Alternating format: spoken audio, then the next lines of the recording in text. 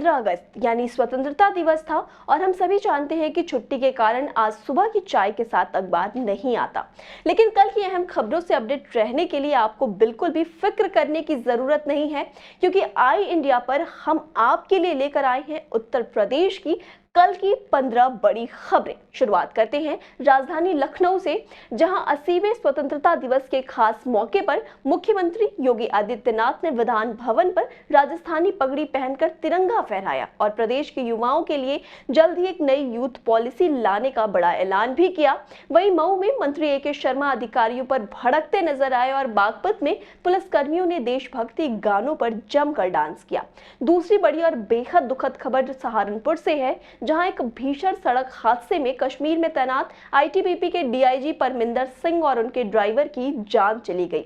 उनकी तेज रफ्तार car Dehradun Panchkula national highway पर बेकाबू होकर डिवाइडर पार करते हुए दूसरी लेन में आ रही कार से जा भिड़ी। उधर सियासत की बात करें तो प्रयागराज में अपना दल की विधायक पल्लवी पटेल ने माफिया अतीक अहमद के बेटे एहजम से मुलाकात कर सियासी गलियारों का तापमान बढ़ा दिया है। हालांकि उन्होंने सफाई दी कि उनके पिता सोनेलाल के बुरे वक्त में अतीक ने मदद की थी, इसलिए वे दुख की इस घड़ी में परिवार से मिलने आई हैं। कानपुर देहात में समाजवादी पार्टी के मुखिया अखिलेश यादव ने यूपी सरकार के $1 ट्रिलियन इकोनॉमी के दावे पर तंज कसते हुए कहा कि हमने 200 लीटर गौमूत्र इकट्ठा किया है और अब उसे लखनऊ के डीएम को भेजकर 10 रुपए लीटर के हिसाब से 2000 रुपए वसूलेंगे, क्योंकि सरकार गौमूत्र बिकवा रही है। प्रदेश से कुछ बेहद दर्दनाक खबरें भी सामने आई। संभल में स्वतंत्रता दिवस कार्यक्रम के दौरान स्कूल का छज्जा गिरने से 8 साल के एक मासूम बच्चे की दर्दनाक मौत हो गई और 2 बच्चे घायल भी हो गए। दुख में डूबे पिता ने यह कहकर किसी भी कानूनी कार्रवाई से इनकार कर दिया कि उनके बेटे का साथ उनके साथ यहीं तक लिखा हुआ था। वहीं जालौन में एसडीएम रिंकू सिंह राही ने एक बेतुका बयान देकर नया विवाद खड़ा कर दिया है। उन्होंने कह दिया कि आज के हिसाब से शहीद आजम भगत सिंह बेवकूफ और बेकार बच्चे थे जो घर के बागी थे। साथ ही उन्होंने किसानों के शोषण के लिए अंग्रेजों की जगह भारतीयों को ही जिम्मेदार ठहरा दिया। दिल दहला देने वाली एक खौफनाक वारदात बहराइच से सामने आई है, जहां एक 5 साल के मासूम बच्चे का कटा हुआ सिर और धड़ अलग अलग पड़े मिले, जिसे देखकर बेसुध हुई मां होश में आने के बाद घंटों तक अपने कलेजे के टुकड़े का सिर चूमती रही।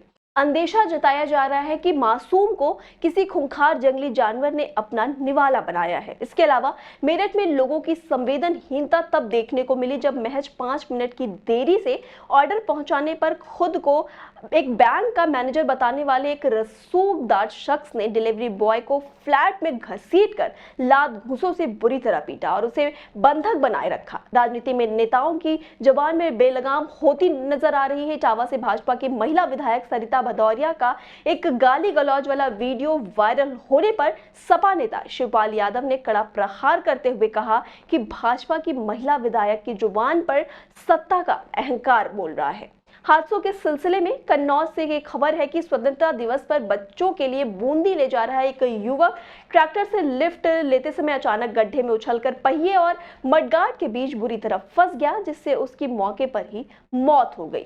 आस्था और उमंग की बात करें तो हरियाली तीज के पावन अवसर पर वृंदावन में ठाकुर बाग के बिहारी महाराज 10 किलो सोने और 1000 किलो चांदी से बने भव्य और बेशकीमती सिंहासन पर विराजमान हुए। हरे वस्त्र धारण किए भगवान के दर्शन के लिए सुबह से ही भक्तों के विशाल सैलाब उमड़ पड़ा। वहीं दूसरी तरफ प्रकृति का कहर भी यूपी पर जारी है। प्रदेश की 11 नदियां खतरे के निशान से ऊपर बह रही हैं। उन्नाव और चित्रकूट में बाढ़ का पानी कॉलोनियों और घरों तक पहुंच गया है, जिससे लोग छतों पर रहने को मजबूर हैं। जबकि संभल में तेज बारिश के कारण मकान की छत गिरने से 7 लोग मलबे में दब गए हैं। सोनभद्र से अंधविश्वास और हैरानी से भरी एक खबर सामने आई है, जहां चिता पर लेटी मृत महिला के शरीर में हलचल का दावा करते हुए परिवार वाले उसे 2 स्थानीय वैद्यों के कहने पर वापस घर ले आए। हालांकि बाद में 3 डॉक्टरों की टीम द्वारा मौत की पुष्टि होने पर 33 घंटे बाद महिला का अंतिम संस्कार कर दिया गया। अपराध के ग्राफ पर नजर डालें तो लखनऊ पुलिस ने ऐशबाग रेलवे स्टेशन पर एक ऐसे शातिर गिरोह के 8 सदस्यों को गिरफ्तार किया है, जो स्टेशन पर अकेले आने वाले यात्रियों को कमरा दिलाने के बहाने ऑटो में सुनसान जगह ले जाकर पीटते थे और फिर यूपीआई के जरिए ये पैसा ट्रांसफर करवा लेते थे। और आखिर में वाराणसी से एक सनसनीखेज वारदात सामने आई है, जहां कचहरी से लौट रहे वकीलों को सरेआम बाइक सवार बदमाशों ने रोका, उन्हें हॉकी और बेल्ट से बुरी तरह पीटा, पूल से लटकाकर जान से मारने की धमकी दी और नकदी सोने की चेन लूटकर फरार हो गए, जिसके बाद पीड़ित वकीलों ने कैंट थाने में केस दर्ज कराया है।